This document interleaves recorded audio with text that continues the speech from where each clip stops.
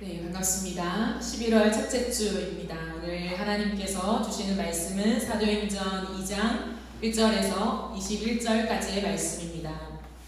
사도행전 2장 1절에서 21절까지의 말씀입니다. 다 찾으셨으면 한 절씩 교독하시고 마지막 절을 합독하시겠습니다. 오순절 날이 이미 이름에 그들이 다 같이 한 곳에 모였더니 홀리 하늘로부터 타고 강한 바람 같은 소리가 있어 그들이 앉은 온 집에 닿으며 마치 불의 혀처럼 갈라지는 것들이 그들에게 보여 각 사람 위에 하나씩 임하여 있더니 그들이 다 성령의 충만함을 받고 성령이 말하게 하심을 따라 다른 언어들로 말하기 시작하니라. 그때 경건한 유대인들이 천하 각국으로부터 와서 예루살렘에 머물러 있더니 이 소리가 큰 무리가 모여 각각 자기의 방언으로 제자들이 말하는 것을 듣고 소동하여 다 놀라 신기하게 여겨 이르되 보라 이 말하는 사람들이 다 갈릴리 사람이 아니냐 우리가 우리 사람이 남국 방언으로 듣게 된 것이 어찌되냐. 우리는 바데인과 메데인과 엘람인과 또 메소포타미아 유대와 갑바도기아 본도와 아시아 우리와 바빌리아 그리고가 이르면에 가까운 이와 여러 사람들과 로마로부터 온 남해 유대인과 유대교에 가까운 사람들과 그레데인과 아라비아인들이라 우리가 다 우리의 각 언어로 하나님의 큰 일을 말함을 듣는도다 하고 다 우리가 강하여 서로 이르되 이 어찌된 일이냐며 또 어떤 이들은 조롱하여 이르되 그들이 세술에 취하였다 하더라. 베드로가 여러 사도와 함께 서서 소리를 높여 이르되 유대인들과 예루살렘에 사는 모든 사람들아 이 일을 너희로 알게 하시니 내 말을 들으리라. 때가 제3시니 너희 생각과 같이 이 사람들이 취한 것이 아니라 이는 선지자의 노래를 통하여 말씀하신 것이 이르시되 하나님이 말씀하시기를 말세에 내가 내 영을 모든 육체에 부어주리니 너희의 자녀들은 예언할 것이요 너희의 젊은이들은 환상을 보고 너희의 늙은이들은 꿈을 꾸리라. 그때 내가 내 영을 내 장종과 종들에게 부어주리니 그들이 예언할 것이요 또 내가 위로 하늘에서는 기사를 아래로 땅에서는 징조를 베풀리니 곧 피와 불과 연기로다. 주의 크고 영화로운 날이 이르기 전에 해가 변하여 어두워지고 달이 변하여 해가 되리라. 함께 읽겠습니다. 누구든지 주의 이름을 부르는 자는 구원을 받으리라 하였느니라. 아멘.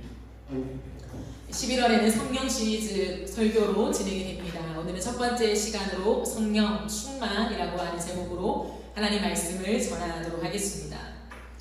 서점에 자주 가시나요? 네, 우리 성도님들은 서점을 좀 좋아하더라고요. 감사합니다. 서점에 가면 자기개발 서적이 종합 베스트셀러 자리를 차지하고 있죠. 많은 사람들은 자신의 힘을 기르는 것이 곧 능력의 원천이다라고 믿고 살아갑니다. 그러나 이것이 그리스도인에게도 고스란히 적용되어지고 있다는 사실에 위기감을 느끼지 않을 수가 없습니다. 그리스도인들은 자기 개발을 하면 안 되는 것일까요? 그렇지 않죠. 열심히 자기 개발을 해야만 합니다. 저도 지난 금요일에 가까운 서점을 방문해서 베스트셀러에 올라와 있는 자기 개발 서적 한 권을 그 자리에서 완독을 하고 왔습니다. 도전이 많이 됐고 제 삶에 적용할 인사이트를 많이 얻고 왔어요. 그런데 왜 위기의식을 느끼냐면 그것을 능력의 원천으로 삼고 사는 것에 있습니다. 요즘에는 자기 개발을 잘해야 그리스도인들도 세상에서 살아남을 수 있다라고 말합니다. 좋은 성도, 좋은 목회자가 되는 비결이 자기 개발에 있다고 합니다. 목회자가 개인의 역량을 잘 길러야 목회를 성공적으로 할 수 있다라는 말이 정말 많이 들려지고 있습니다. 세상의 한복판에 서서 영향력을 드러내기 위해서는 기본적인 소양을 갖추는 것이 필요합니다. 개인의 역량을 기르는 것이 대단히 중요하죠. 하지만 그것이 우리의 능력의 원천이 되어서는 안 된다라는 거예요. 왜냐하면 우리는 이 세상을 살아가지만 이 세상에 속한 자들이 아니라 하나님 나라에 속한 자들이기 때문이죠. 하나님 나라라고 하는 것이 뜬구름 잡는 소리가 아니라 막연한 어딘가에 있는 영적 세계가 아니라 이 땅에서 우리가 이루어내야 하는 그리고 살아내는 그러한 실제 공간, 실제 영역이라고 하는 인식이 우리에게 필요합니다. 하나님 나라를 세워가는 원리가 무엇인가? 라고 했을 때 그 원리를 우리는 세상의 소리나 사람들의 소리에서 찾으면 답이 나오지 않아요. 그렇기 때문에 하나님의 말씀에 온전히 몰입해야만 합니다. 여러분, 이제는요, 하나님 말씀에 귀를 기울입시다 라고 하는 얘기로는 안 되는 것 같아요. 귀를 기울이는 정도가 아니라 하나님 말씀에 몰입하는 것이 필요합니다. 말씀을 깊이 파고드는 것이죠. 사색이 우리에게는 필요합니다. 사색이 없는 시대 속에 하나님의 말씀을, 그것도 어려운 이 말씀을 내가 파고들고 이 말씀 안에 담금질한다라는 것은 만만치 않아요. 쉬운 문제는 아닙니다. 오늘 본문을 보면 사도행전 1장에서요, 예수님께서 승천하시기 전 제자들에게 하나님 나라를 맡기시고 하나님 나라의 일을 할 수 있는 원천이 무엇인지를 말씀하는 것에서 이어지고 있습니다. 우리가 잘 아는 사도행전 1장 8절의 말씀이 무엇입니까? 오직 성령이 너에게 임하시면 너희가 권능을 받고 예루살렘과 온 유대와 사마리아와 땅끝까지 이르러 내 증인이 되리라 라고 하시는 말씀이죠. 하나님 나라의 일은 내가 두 발 딛고 서 있는 이곳에서부터 땅끝까지 이르러 주님의 말씀을, 예수님을 증언하는 일이라고 우리가 지난주에 함께 나누었습니다. 그러기 위해서는 성령이 우리에게 임하셔야 하고 성령의 권능을 받아야 한다는 거죠. 여러분, 제자들은 성령의 인격과 사역에 대해서 전혀 몰랐을까요? 그렇지 않습니다.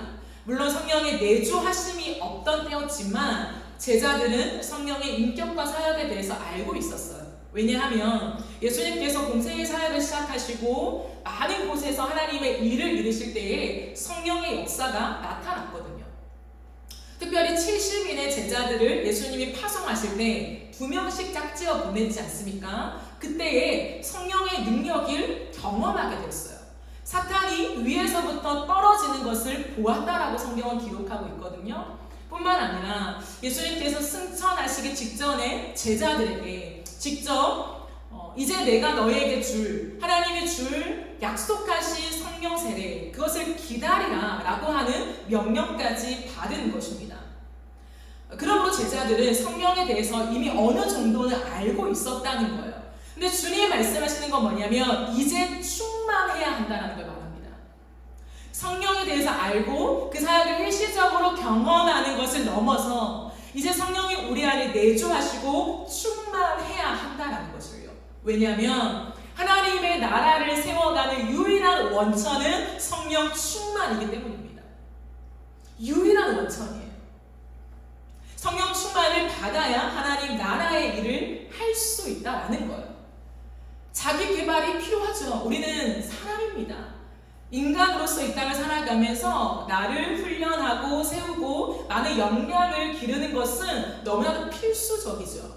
하지만 우리는 넘어서 하나님의 나라를 살아가는 자들이기 때문에 성경에서 주님은 하나님 나라를 살아가는 유일한 원천이 있다. 그건 성령 충만이다라고 분명히 말씀하고 있어요. 그러므로 그리스도인들 안에서 자기 개발을 하느냐 아니면 열심히 하나님을 붙잡냐 이런 이분법적인 생각은 우리에게 아무런 도움이 되지 않습니다. 다만 제가 위기감을 느끼고 생각하는 것들은 뭐냐면 하나님의 나라를 산다고 우리는 고백을 해요. 근데 여전히 말씀과 기도는 저 멀리 가 있고 아니면 아주 작은 부분 우리의 삶을 채우고 있고 대부분의 시간은 세상에 살아남기 위해 영향력을 발휘하기 위해 자기 개발을 해야만 해. 그 모든 능력의 사실은 많은 부분을 내 개발에 집중하고 있다면 우리가 앞서 고백하는 나는 하나님의 나라를 살아갑니다 라고 하는 것에 정직한 삶은 아니라는 거. 하나님 나라를 산다, 성령 충만하다, 그거는 성경적인 용어로 국한될 수 없습니다. 오늘을 살아가는 이 21세기를 살아가는 나의 삶 한가운데에 진정한 원천으로 작용되어야만 한다는 것이죠. 그렇다면 어떻게 해야 성령 충만을 받을 수 있을까요? 예수님은 아주 심플하게 얘기하십니다. 기도하라. 기도해야 한다는 것입니다. 오늘 우리가 읽은 2장 1절 말씀을 보면 오순절 날이 이미 이름에 그들이 다 같이 한 곳에 모였더니 라고 되어 있습니다. 예수님은 승천하시기 전에 성령님을 받기 위해서 제자들이 한 마음이 되어 기도하라고 명령하세요. 성령의 임재를 기대하면서 기도하라는 말씀입니다. 여러분, 성령의 임재를 간절히 원하는 사람은요, 기도하게 되어 있습니다. 그것이 성경이 말하는 하나님 말씀하시는 특징이에요. 나는 정말 성령을 간절히 원합니다. 충만하기를 원해요. 근데 기도를 안 해요. 그렇다면 그 마음을 점검해 볼 필요가 있다는 거죠. 성령의 임재를 사모하며 기도하라는 예수님의 명령 앞에 제자들을 포함한 120명의 사람들은 마가의 다락방에 모여서 동일한 마음으로 기도했어요. 동일한 마음으로 기도했는데 뿐만 아니라 하나님의 나라에 속한 자들은 특징이 있습니다. 동일한 장소를 공유하며 동일한 시간에 동일한 약속을 붙잡고 기도했습니다. 여러분, 이것은 대단히 중요합니다. 우리는 함께 모여야 해요. 포스트 모더니즘 시대의 대표적인 특징은 개인주의이죠. 합리성을 우선순위에 두고 개인의 다양성을 존중하는 것이 포스트 모더니즘의 특징입니다. 그렇기 때문에 이미 이 시대는 모이는 것을 별로 좋아하지 않아요. 거기에 팬데믹이 오면서 함께 모이지 않아도 되는 시대 상황이 공유되어지게 됐습니다. 동일한 시간에, 동일한 장소에 모이는 것보다 온라인으로 소통하는 것을 효율성 있게, 그것을 극대화하고 있다라는 거죠. 우리는 이 상황들을 보면서 우리에게 많은 것들을 시사하고 있다라는 걸 발견해요. 기존에 우리가 전통에 묶여있던 것들, 그리고 그것만이 답이다라고 하는 것들에 많은 부분이 와해가 되어지고 새로운 방법들을 도출하는 그러한 깨달음이 우리에게 와 있습니다. 앞으로도 온라인 소통은 이 시대의 주요 소통 방식이 되리라고 생각됩니다. 소비 트렌드 전문가인 김남도 교수님이 꼽은 2024년 트렌드의 첫 번째 키워드가 무엇인지 아십니까? 분초사회입니다. 분초사회. 요즘 사람들은 극도로 시간의 가성비를 따진다는 거죠. 시간의 가성비를 중요시하는 흐름을 지칭하는 키워드입니다. 시간이 돈만큼 또는 돈보다 훨씬 더 중요한 희소 자원이 되면서 모두가 분초를 다투는 삶을 살아간다라는 거죠. 그렇기 때문에 요즘에는 직장인들에게 칼퇴를 할래? 아니면 수당을 더 줄 테니 야근을 할래? 라고 물어보면 대부분의 사람들은 뭐라고 대답할까요? 칼퇴. 네, 당연히 저는 칼퇴하겠습니다. 네, 라고 선택을 하죠. 이제는 반차가 아니라 반반차를 쓴다고 합니다. 아주 짧은 시간 안에 내가 은행 업무도 보고 PT도 하고 그렇게 해서 그 시간을 쪼개서 활용하는 그러한 흐름이 주를 이루고 있다고 하죠. 그런데 이렇게 시간을 아끼는 이유가 뭘까요? 현대인들이 이렇게 분초 사회를 살아간다라는 키워드가 나올 만큼 시간을 아끼는 이유요. 그것은 흥미롭게도 단지 시간이 아까워서가 아니라는 거예요. 왜냐하면 개인의 시간을 활용하는 면에 있어서는 분초를 다투지 않기 때문이에요. 개인의 시간을 활용함에 있어서는 마치 한량처럼 시간아 가거라, 나는 시간이 많다 라고 하는 그런 한량처럼 시간을 흘려보내는 특징이 있다고 해요. 무엇을 말해주는 걸까요? 단지 시간 자체가 아까운 것이 아니라 그 일에 시간을 쓰는 게 아까운 거죠. 그 일에는 내 시간을 그만큼 쓰고 싶지는 않은 거예요. 회사에서는 단 1시간도 더 있고 싶지 않은 거죠. 그런데 게임을 하거나 여가 시간을 즐기거나 퇴근해서 집에 와서 TV를 보거나 이럴 때는 이 서너 시간쯤 그냥 보내는 것은 대수롭지 않아요. 괜찮습니다. 큰 의미가 없다 하더라도 내가 의미를 부여하면 그건 진정한 의미가 되는 거예요. 그것이 이 시대에 사는 사람들의 흐름이라는 거예요. 공감하십니까? 즉 시간을 내가 통제해서 내가 원하는 대로 쓰고 싶다는 거죠. 그것이 핵심이 아닌가 저는 재점검해 보았습니다. 그러므로 저는 지금 무조건 교회에 모여야만 한다라고 하는 것을 주장하고 있는 게 아니에요. 온라인으로 예배할 때는 성령의 임재가 약하니 우리는 현장 예배를 사수해야만 합니다 라고 지금 여러분에게 말씀드리고 싶은 것이 아닙니다. 우리가 20일 기도도 각자 집에서 지금 진행하고 있지 않습니까? 저는 지금 여러분에게 무엇을 생각하고 싶냐면 우리의 마음을 묻고 싶은 것입니다.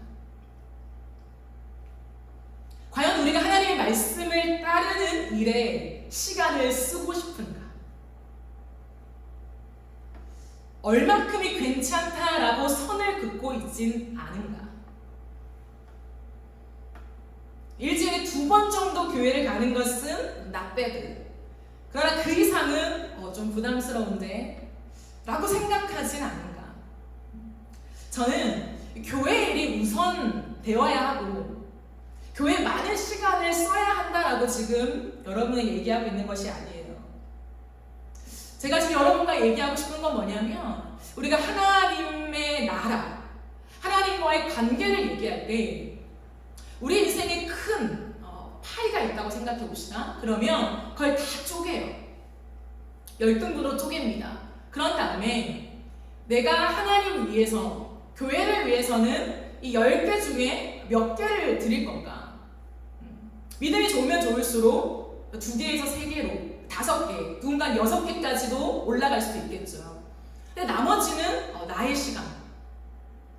우리 여전히 이러한 사고 체계로 하나님과의 관계, 하나님의 나라를 사고하고 있지는 않은가에 대한 점검을 여러분과 하고 싶은 거예요. 하나님과의 관계를 생각할 때 나와 하나님과의 관계가 있죠. 그러나 그 관계와 교회와의 관계를 분리해서 생각하는 우리의 사고 체계를 한번 점검해 보자는 거죠. 다른 말로 하면 하나님의 나라를 세워가는 것, 교회를 세워가는 것이 내 삶의 중요하긴 해요. 하지만 중요한 한 부분인가 아니면 내 삶인가에 대한 질문인 것입니다. 왜 우리는 교회에 오는 것, 많은 일들을 감당하는 것을 때로는 아까워할까요?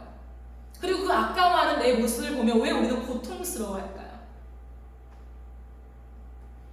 교회에 대한, 하나님의 나라에 대한 조금은 온전치 않은 세상의 방식과 사고 흐름대로 우리가 생각하기 때문에 다른 성경적인 원리가 정립되어지지 않아서일지도 모르겠습니다. 교회는 사역자의 몫일까요? 그렇지 않아요. 교회는 사역자가 운영하는 공간이 아닙니다. 사역자는 말씀을 맡은 사람이죠. 그렇기 때문에 하나님의 깊고 넓은 이 말씀을 하나님의 본 의도에 맞게 해석하고 그것을 이 시대에 적실성 있게 성도들과 나누기 위해서는 여기에 집중하고 몰입하는 것이 필요합니다. 그래서 사역자가 풀타임이 되는 거죠. 여기에만 몰입하라는 거예요. 여기에만 몰입해서 말씀의 원리를 가르치고 또한 어떻게 살아야 할지에 대한 가이드라인을 제시하라는 거죠. 전체적인 방향을 리드하는 역할을 합니다. 하지만 그렇다고 해서 평신도가 교회를 세우는 일에 제외가 되어서는 안 되는 거죠. 여러분 생각해 보세요. 어떤 성도가 사업을 합니다. 너무 바빠요. 해외도 가야 되고 너무 바빠서 교회 사역들을 거의 못해요. 하나 내지 2개를 합니다. 근데 어떤 성도는 교회의 많은 부분을 시간을 내고 헌신을 해요. 그렇다면 후자에 속한 사람이 교회를 더 사랑한다고 말할 수 있을까요? 그럴 수 없어요. 우리는 지금까지 많은 전통 속에서 후자가 교회를 사랑하고 교회 헌신적이라고 생각합니다.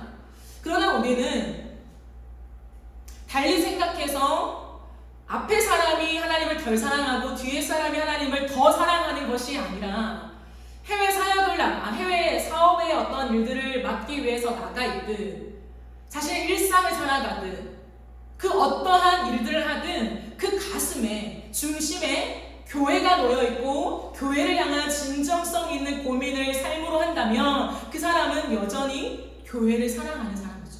하나님 나라를 살아내고 있는 사람이라는 거예요. 즉 교회를 세우는 것이 내 존재의 중심에 있어야 한다라는 것을 여러분과 함께 나누고 싶은 것입니다. 여러분, 우리는 왜 꼭 모여서 기도를 해야 할까요? 요즘 같은 시대에 왜 굳이 모여서 기도를 해야 할까요? 효율성이 떨어지는데요. 다른 시간에 기도하면 하나님이 덜 우리의 기도를 들어주실까요? 그런 개념이 아니죠. 저는 하나님의 성경 말씀을 통해서요, 할 수만 있다면 모이기에 힘써라 라고 하시는 그 말씀의 원리를 믿기 때문이에요. 전쟁이나 극심한 핍박 속에서 그리스도인들은 한 자리에 모이지 못할 때가 있지요. 그러나 그렇지 않은 경우에는 할 수만 있다면 모이기에 힘써라고 나와 있습니다. 또한 주님은 말세, 그 지마를 살아가면 살아갈수록 사람들은 모이기를 패할 것이다, 모이기를 싫어한다 라고 얘기하면서 그 세상의 흐름과 역행하며 살아야 할 것을 우리에게 말씀하셨어요. 왜 그럴까요? 왜 꼭 모이라고 하실까요? 당시 성경의 시대와 우리의 시대는 다르지 않냐라고 누군가는 얘기할지도 모르겠습니다. 그런데 한번 생각해 볼까요? 여러분, 우리가 바빠서 가족들과 모이는 시간이 적어질 수 있습니다. 그러나 대부분의 가정들은 그럼에도 불구하고 하루에 한 번 정도 아내와 남편이, 부모와 자식이 얼굴을 맞대어 얘기하는 시간을 가지죠. 때로는 일주일에 한 번씩 더 많은 시간을 늘려서 소통하고 만나고 식사를 같이 하는 경우들이 있습니다. 왜 그럴까요? 왜 그 시간을 가질까요? 그런 만남을 통해서 인격적인 교감이 이루어지기 때문이에요. 여러분, 사람은요, 인격적인 존재는요, 접촉이 있어야 합니다. 그게 사람의 특징이에요. 하나님이 디자인하신 인간의 원리입니다. 직접 대면을 해야 하고요, 눈을 마주쳐야 돼요. 때로는 손을 잡아줄 수 있어야 돼요. 허그도 하고요. 이 스킨십이 필요한 존재입니다. 어깨도 툭툭 쳐주면서 수고가 많아, 힘내자, 잘하고 있어 라고 하는 위로와 격려가 별것 아닌 것 같지만 내 마음에 많은 것들을 일으켜 세우는 힘이 됨을 우리 경험하지 않습니까? 그때 감정이 정리된다는 거예요. 아, 상대방이 그냥 내 마음을 알아주는구나. 별말이 안 했는데요, 감정이 정리되고요, 존재의 접속이 일어나는 거예요. 여러분, 이것은 온라인으로 경험하기가 힘듭니다. 마주할 때 일어날 수 있는 힘이라는 거죠. 여러분, 교회는 가족이라 했어요. 하나님은 언제나 우리에게 교회를 설명하실 때 교회는 가족이란다. 하나님 나라의 한 가족된 하나님의 백성들이 함께 세워가는 것이 교회라고요. 정말 부득이한 경우에 잘 모이지 못할 수도 있지요. 하지만 할 수만 있다면 모여야 한다는 거예요.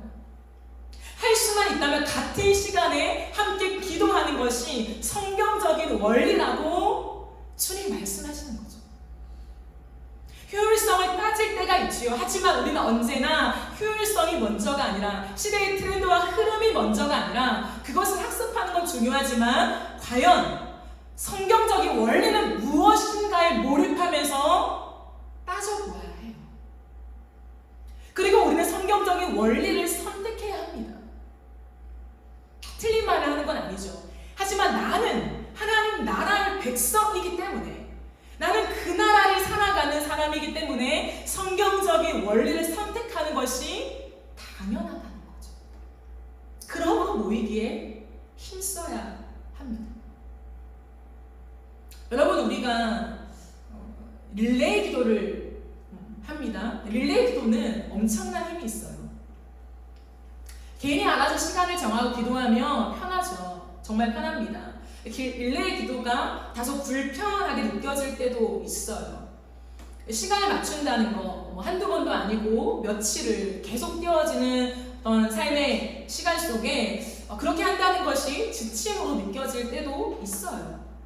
그런데 우리는 여기서도 과연 내가 성경적인 원리로 지금 생각하는 건가? 아니면 그냥 내 몸에 편하게 세상이 말하는 효율성에 빗대어서 생각하는 건지를 따져보아야 합니다. 릴레이 기도는 함께 기도하는 거죠. 줄을 함께 이어가는 것, 그 체인을 엮어가는 것을 이야기합니다. 아주 단단해져 가는 거죠. 그렇기 때문에 릴레이 기도는요, 사탄이 우리의 기도를 가로채지 못해요. 끊을 수가 없기 때문입니다. 계속 연결되어 있으니까요. 정한 시간에 함께 기도하는 것도 마찬가지입니다. 한 사람이 혼자 기도를 해요. 물론 떨어져 있지만 우리가 동일한 시간에 기도를 합니다. 그러면 나는 이 기도 시간에 기도가 잘 되어지지 않을 수 있잖아요. 그런데 다른 사람은 우리가 동일한 목표와 하나님의 약속의 말씀을 붙잡고 기도를 막 해요. 그러면 그 기도가 하나님께 올라간다는 거죠. 나만 기도했을 때 내가 기도가 안 되면 기도는 능력이 되지 못하는 거죠. 하지만 또 다른 같은 시간에 또 다른 장소에서 기도하는 그 사람의 기도가 하나님께 올라간다면 우리가 공통적으로 기도하는 이 제목들이 하나님 앞에 상달되어진다라는 것을 우리는 기억해야 한다는 거죠. 왜냐하면 우리가 하나님의 특별한 기도의 제목, 공동된 기도의 제목을 가지고 기도하는 것, 또한 하나님의 나라를 위해서 우리가 나아가는 것은 성경이 일맥상통하게 무엇에 비유하냐면 전쟁에 비유를 해요. 이건 단순히 내가 기도하며 하나님과 대화를 하는 정도가 아니라 영적인 전쟁이라는 거예요. 그럼 생각해 보세요. 내가 전쟁에 참전을 했습니다. 수많은 사람이 전쟁에 참전을 했어요. 그 참전은 전쟁의 시즌에 내가 함께 하는 거죠. 전쟁도 안 돼. 나는 내가 알아서 전쟁을 치를게요. 그건 말이 안 되는 거예요. 같은 시간 안에 전쟁에 참전을 합니다. 근데 어떤 사람은 열심히 총을 쏘아대요. 그리고 계속 공격수로 나섭니다. 근데 어떤 사람은 총 한 발도 쏘지 못하고 가만히 그냥 그 자리에 머물러 있어요. 수비만 하고 있습니다. 그럼 전쟁이 끝났어요. 이 팀이 승리를 이루었습니다. 그때 그 승리는 누구의 승리입니까? 총을 잘 쏘고 공격수로 열심히 활약한 그 사람만의 승리인가요? 아니면 총 한 발도 쏘지 못하고 그냥 그 자리를 벌벌 떨며 지키고 있는 그 사람에게도 주어지는 승리인가요? 그 사람에게도 주어지는 승리라는 거예요. 왜? 팀전이니까. 왜? 그 전쟁은 함께 싸워낸 승리이기 때문에 하나님은 잘한 사람, 못한 사람 따지지 않고 모든 사람에게 공통적으로 영적인 승리를 안겨주는 거예요. 그게 엄청난 힘이 됩니다. 그러므로 저는 항상 얘기를 해요. 우리가 릴레이 기도를 할 때, 같이 기도를 할 때 기도가 안 될 때가 있어요. 그러나 기도가 안 된다고 멈추는 것이 아니라 그 자리를 지키는 것, 정말 진정성 있는 태도로 내가 시작과 끝 시간을 하나님 앞에 머물러 있는 것 자체가 전쟁을 싸워내고 있는 과정이라는 것을 기억해야 한다는 거예요. 우리는 너무나도 효율이 지배하는 시를 살아가고 있기 때문에 계속 그 원리로 우리를 끌어당길 거예요. 이게 효율이 있냐? 그러나 우리는 다시 한번 하나님의 성경적인 원리로 하나님이 모이라고 하셨으니, 하나님이 우리의 기도가 영적 전쟁이라 하셨으니, 나 한 사람의 승리가 아니라 우리 모두의 승리를 원하시는 것이 하나님 나라의 원리라고 하셨으니 순종해야 한다는 거죠.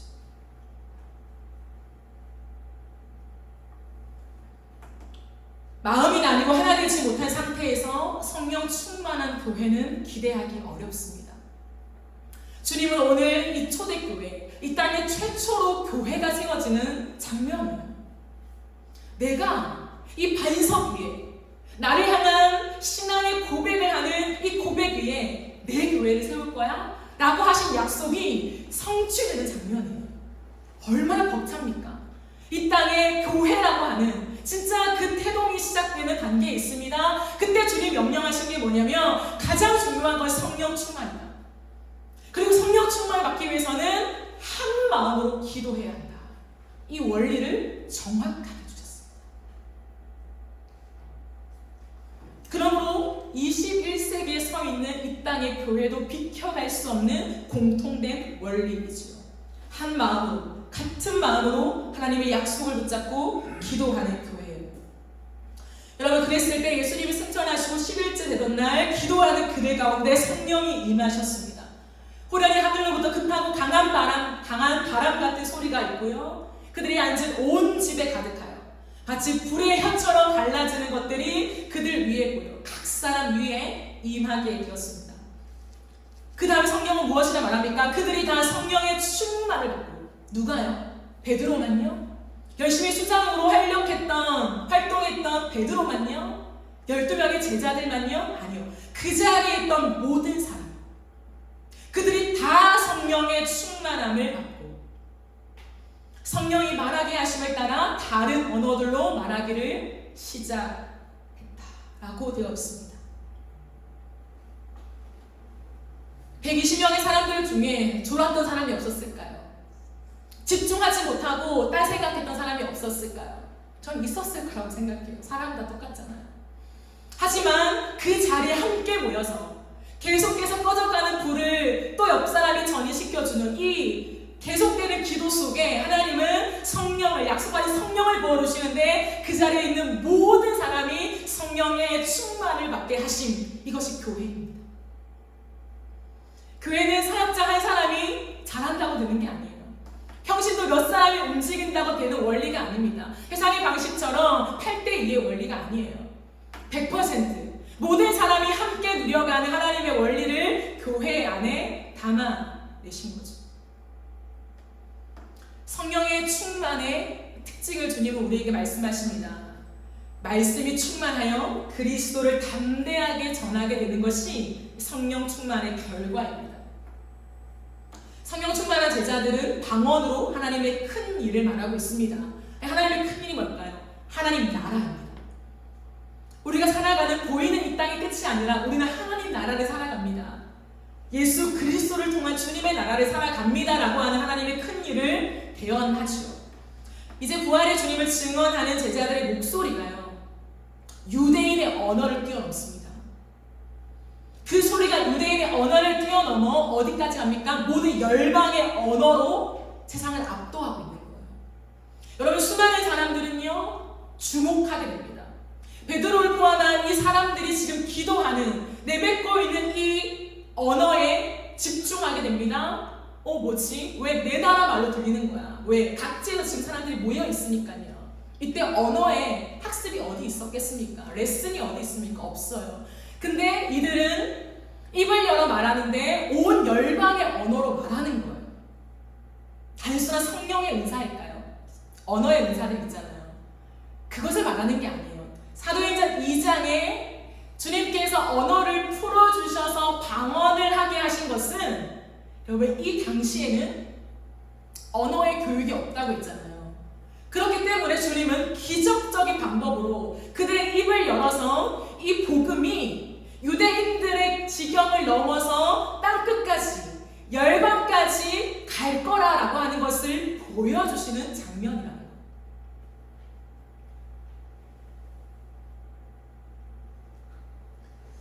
그러므로 베드로와 모든 사람들은 힘있게 하나님 나라의 일을 온 열방의 언어로 소개하고 있는 거예요.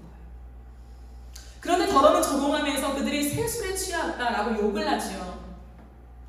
그때 베드로가 소리 높여 오순절 사건, 이 사건을 설명하기 시작합니다. 그때 베드로가 다른 것으로 설명하지 않아요. 불의 혀처럼 갈라지는 이 현상을 보고 있느냐, 이 놀라운 현상이 하나님의 기적적인 현상이다, 그렇게 소개하고 있지 않습니다. 베드로는 그 자리에 서서 요엘서 2장을 인용하며 설교하고 있습니다. 참 놀랍죠. 베드로의 설교에는 오롯이 하나님의 말씀이 담겨 있습니다. 어떤 일이 벌어지게 된 걸까요?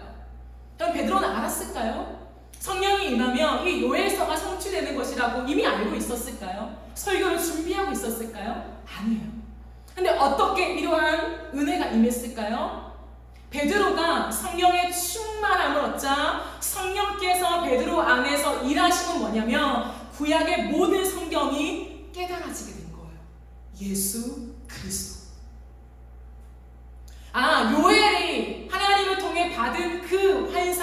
그 예언은 지금 우리에게 부어주신 성령이시구나.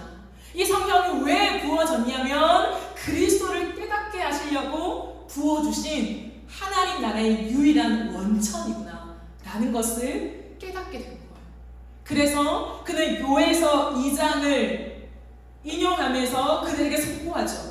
말세에 내가 내 영을 모든 육체에 부어주리니 너의 자녀들은 예언할 것이요 너의 젊은이들은 환상을 보고 너의 늙은이들은 꿈을 꾸리라.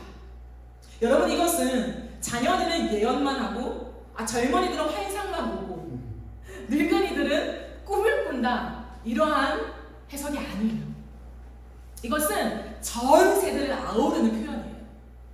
어린아이든 청년이든 노년이든 모든 세대가 동일하게 성령을 받았을 때에 하나님 나라를 꿈꾸게 되며 그 나라를 살아가게 될 것을 말씀하시는 거예요.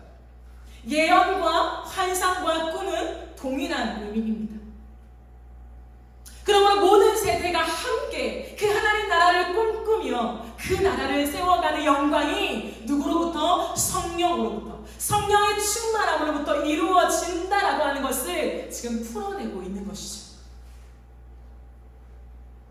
그래서 베드로는 말합니다. 이 성령이 내게 임하시니 모든 주의 말씀이 깨달아져서 신구약이 연결되는 거죠.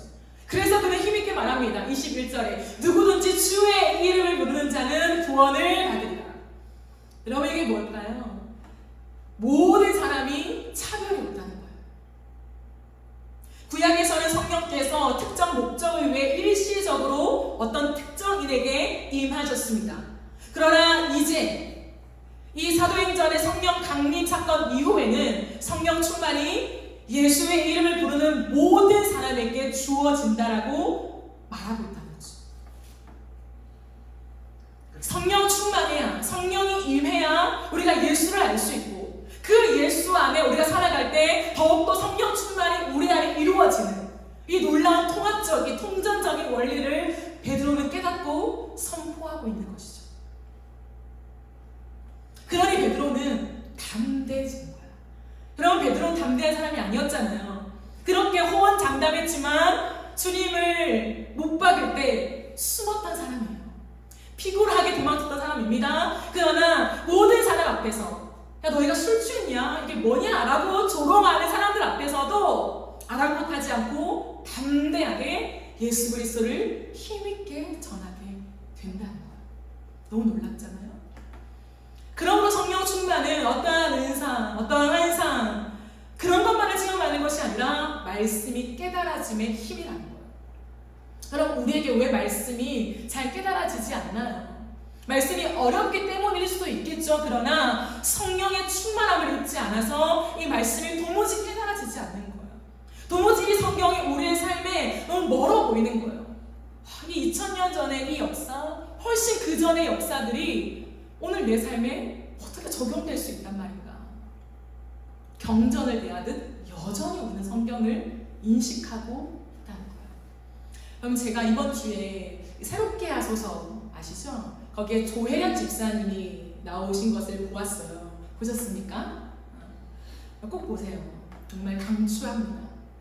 1시간 20분이에요. 처음엔 저도 1시간 20분 했는데 그 시간이 훅 지나가더라고요. 예수 그리스도를 정말 어렵게 하나님의 강권적인 은혜와 정확한 타이밍 속에 믿게 되셨죠.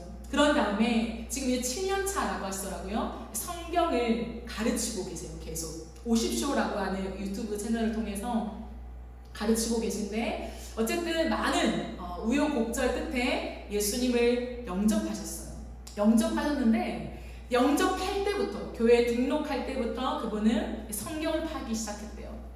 말씀이 궁금하기도 했고 계속해서 말씀이 읽어도 깨달아지지 않으니까 오기가 발동해서 1독 더, 또 1독 더, 1독 더 하면서 계속 말씀을 읽으셨대요. 그래서 지금은 7년차라고 하시는데 100독이 훨씬 넘으신 것 같아요. 이제는 이렇게 개수를 하지도 않는데 너무 많이 읽어서. 네, 역사 신학까지 박사 과정을 끝내시고 끝없이 말씀을 읽고 말씀을 이렇게 쉽게 가르치고 싶어서 또 많은 재능이 있으시잖아요. 그러니까 말씀을 어렵게 말고 좀 쉽게 가르치고 싶다는 감동이 오셔서 말씀을 가르치는 사역을 계속하고 있어요. 근데 그분의 말씀을 들어보니까 하루에 몇 장씩 얼마나 성경을 읽으십니까? 라고 했는데 장을 계산할 수가 없는 거예요. 왜냐면 하루에 10시간의 성경을 읽으신대요.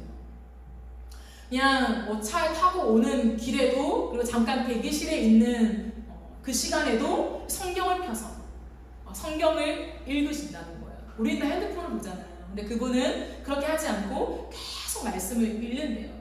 근데 그 이유는 본인이 말씀을 가르치셔야 하니까 말씀을 많이 읽는 것도 있고, 그리고 말씀이 그렇게 궁금하다는 거죠.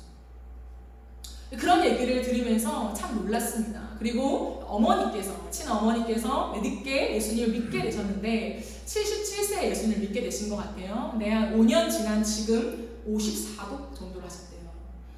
그러니까 몸도 한찮으신데 이제 소변줄을 달고 살아가시고, 그런 상황에서도 그 말씀을 정말 어렵게 예수님을 믿으셨어요. 근데 그 말씀을 계속 읽으셨대요. 그래서 왜 그렇게 읽냐라고 하니까 내가 너무 예수님을 늦게 만났다. 내가 예수님을 잘 모른다. 그래서 말씀을 읽는다 라고 하시며 계속 말씀을 읽어 가신대요.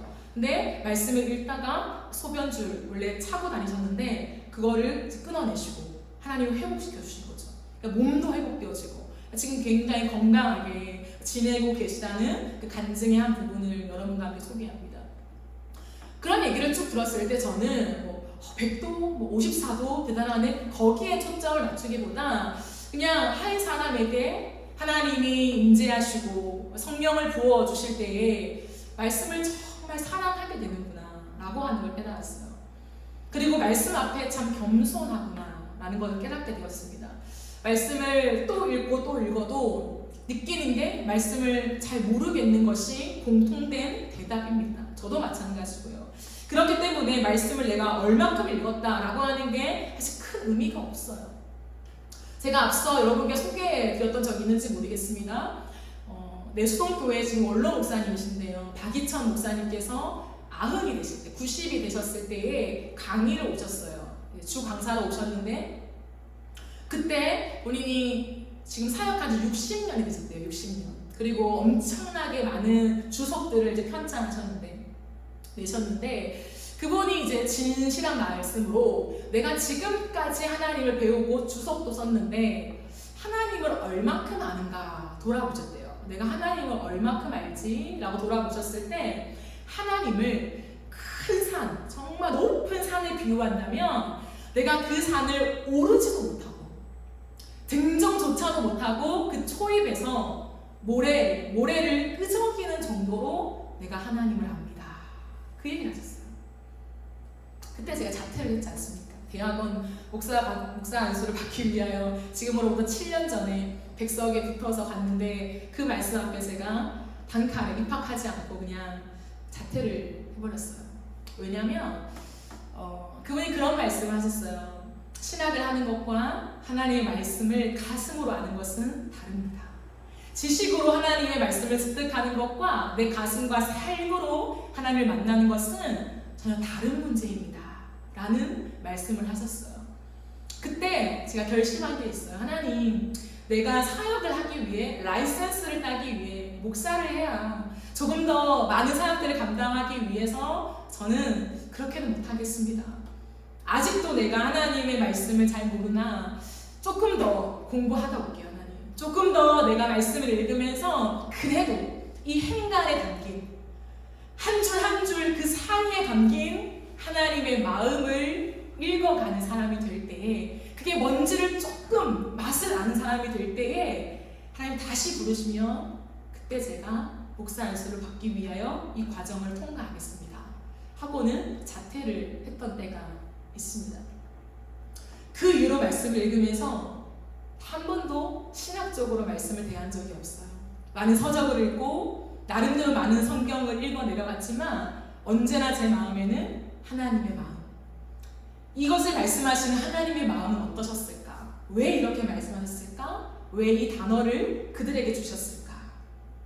그것이 한결같은 태도였습니다. 사랑하는 여러분, 성령 충만하다라고 하는 것은 하나님의 말씀을 사랑하게 되는 거예요.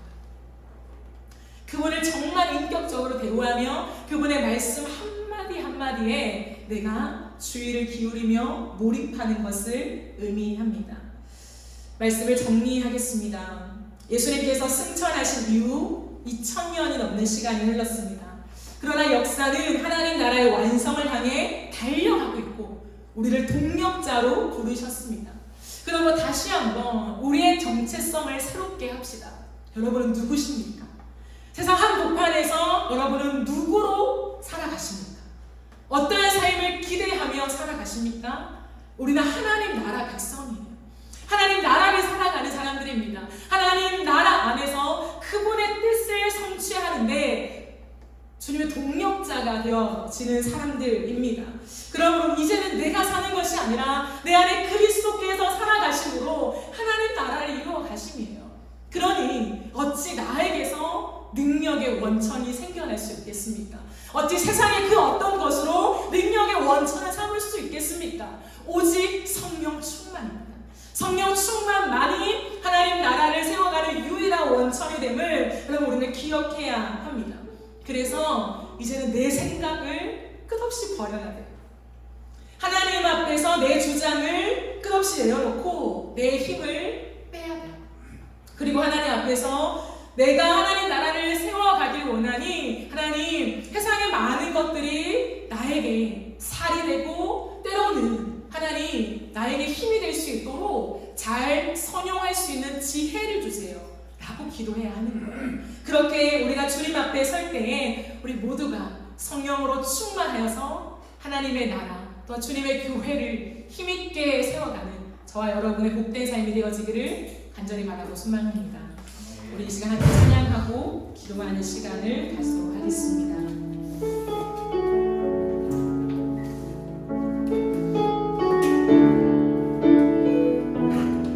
주님 우리에게 임하소서. 주님 우리에게 임하소서. 주님의 얼굴 간절히 구하니 거룩한 물고 내리소서. 내 안에 영적 회복시키소서. 주님 우리에게 임하소서. 주님의 얼굴 간절히 구하니 거룩한 물고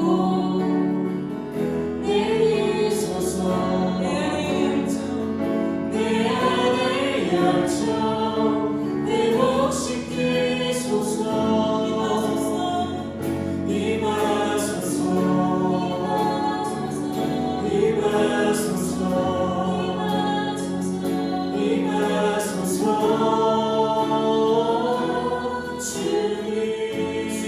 임하소서. 주님 우리에게 임하소서. 주님의 영광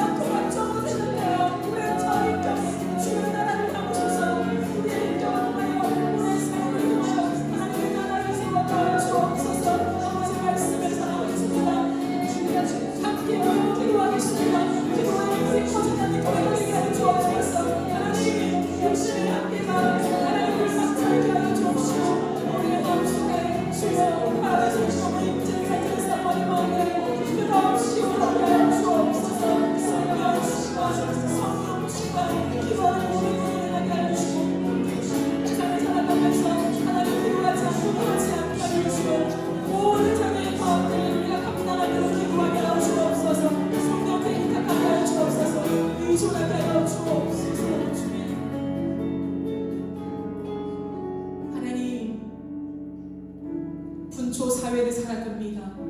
시간의 가성비를 따지며 나의 능력을 개발하기 위하여 열심히 달려갑니다.